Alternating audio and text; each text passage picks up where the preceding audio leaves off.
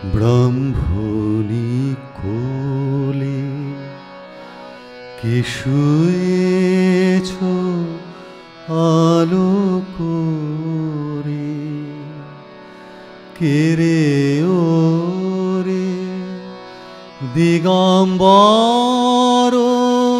এসেছ কুটির দ্বারে, দুঃখিনী ব্রাহ্মণী কোলে কে শুয়েছ আলো করে।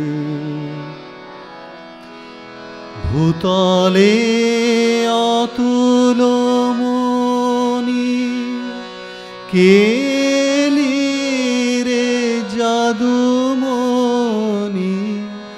ভূতলে অতুল মনি কেলি রে জাদুমণি,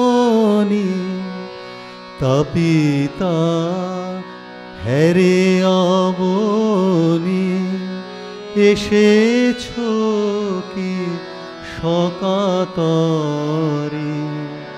দুঃখিনী ব্রাহ্মণী কোলে কে শুয়েছ আলো করে।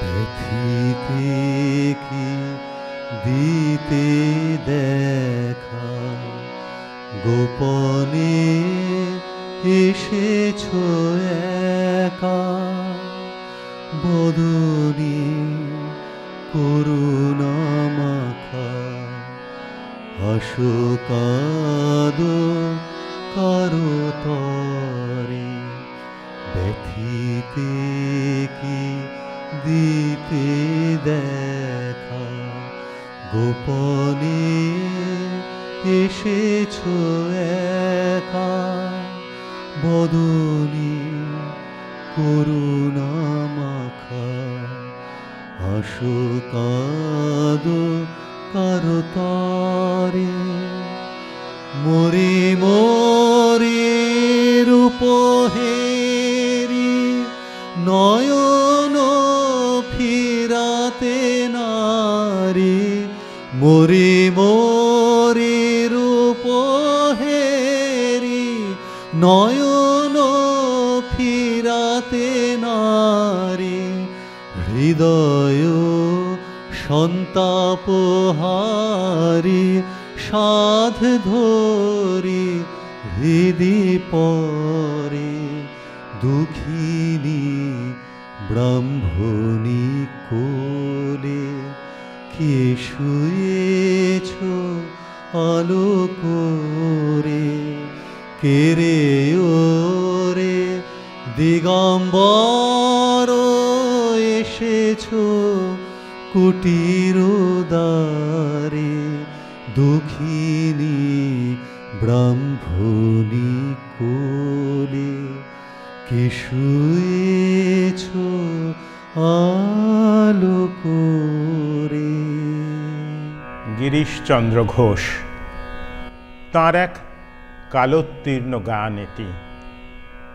সেই গিরিশচন্দ্র ঘোষ বাংলা সংস্কৃতির ইতিহাসের এক পুরোধা পুরুষ, নাট্যাচার্য, কবি এবং শ্রীরামকৃষ্ণ দেবের গৃহী ভক্তদের মধ্যে এক প্রথম সারির ব্যক্তি। সেই গিরিশচন্দ্র তার গুরুদেবের জন্মক্ষণের কথা, জন্মবৃত্তান্তের কথা, তার সমস্ত শ্রদ্ধা, সমস্ত ভক্তি, সমস্ত সমর্পণ ঢেলে এই গান রচনা করেছেন। শুধু ভক্তির আবেগ মথিত করে এই গান নয়, এই গানের প্রতিটি শব্দের মধ্যে রয়েছে সত্যতা। যেমন ধরুন, এই যে দুঃখিনী ব্রাহ্মণী, দুঃখিনী ব্রাহ্মণী মানে তো তাঁর কোল আলো করে, মানে তো চন্দ্রা দেবীর কথা বলা হচ্ছে, গদাধরের মায়ের কথা। গদাধর হলেন ক্ষুদিরাম চট্টোপাধ্যায় এবং চন্দ্রা দেবীর কনিষ্ঠ পুত্র। আমরা সবাই জানি গদাধরের জন্মস্থান কামারপুকুর, আমরা সেখানে দর্শন করতে যাই, প্রণাম করতে যাই, কিন্তু তাদের বংশগত যে ভিটে, সেই ভিটে কিন্তু কামারপুকুর নয়। এই কামারপুকুর থেকে বেশ দূরে দেড়ে গ্রামে সেখানের যে জমিদার, তিনি ছিলেন বিশেষভাবে প্রজাপীড়ক, এবং তখন আদালতের নানান আইনি কসরত করে তিনি প্রজাদের ভিটেমাটি ছাড়া করতেন। এক প্রজার ওপর তিনি নিপীড়ন করার পরিকল্পনা করেছেন, মিথ্যা সাক্ষ্য দেওয়ার দায়িত্ব দিয়েছেন ক্ষুদিরাম চট্টোপাধ্যায়কে, কিন্তু সত্যবাদী ক্ষুদিরাম চট্টোপাধ্যায় সেই সাক্ষ্য দিতে অস্বীকার করলেন।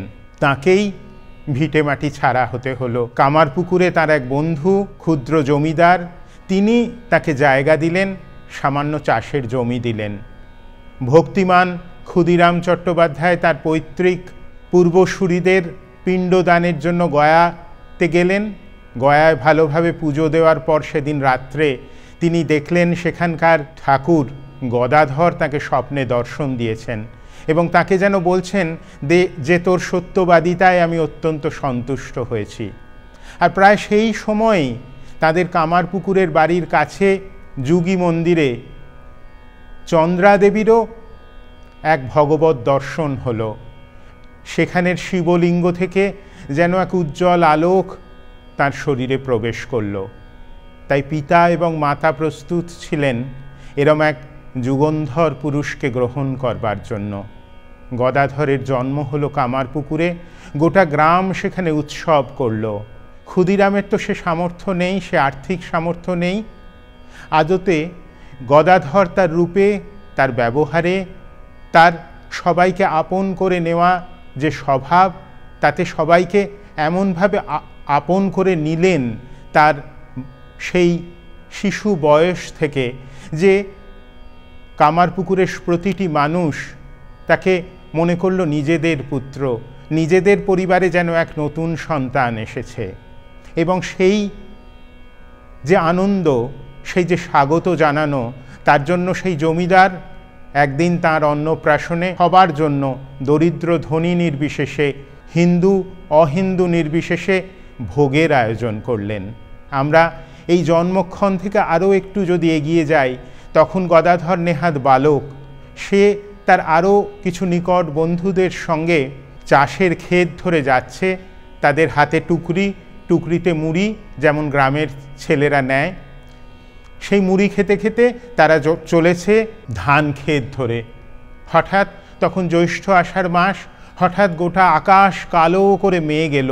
অন্য বালকেরা ভয়ে পালিয়ে গেল, কিন্তু গদাধর তন্ময় হয়ে সেই আকাশের দিকে তাকিয়ে থাকলেন এবং সেই কালো আকাশে, কালো কাজল আকাশে হঠাৎ একপাল বক এলো। সেই বকের সৌন্দর্য দেখে, সেই রূপ দেখে গদাধর যেন কেমন বিভোর হয়ে গেলেন এবং তিনি হঠাৎ জ্ঞান হারালেন। এরপরে শ্রীরামকৃষ্ণ দেব যে ভালো কথা শুনে, ভক্তি গান শুনে বারবার সমাধিস্থ হতেন, সেই সমাধির সেই সূচনা কি অনুভূতি হলো সেই বালক গদাধরের, সে বোঝার ক্ষমতা তো আমাদের নেই। তবে কিছুটা সাহায্য করেছেন আমাদের সংস্কৃতি জগতের আর এক অভিভাবক। সেদিনের সেই ঘটনার পর আরও কয়েক দশক পেরিয়ে এসে আমাদের কবি রবীন্দ্রনাথ ঠাকুর নগরে ঝিলম নদীর ধারে বোটে বসে বসে ওরকম কালো মেঘ দেখেছিলেন, আর তার ওপর দিয়ে সাদা বলাকা। তার মনে হয়েছিল এই বিশ্বের আকর্ষণ, এই শেকড়, এইসব ছেড়ে আমাদেরকে এগিয়ে যেতে হবে। কোথায়? হেথা নয়, অন্য কোথা, অন্য কোনোখানে। বালক গদাধর বড় হয়ে উঠছেন আমাদের সেই পথ দেখাতে সারা জীবন ধরে। হেথা নয়, অন্য কোথা, অন্য কোনোখানে।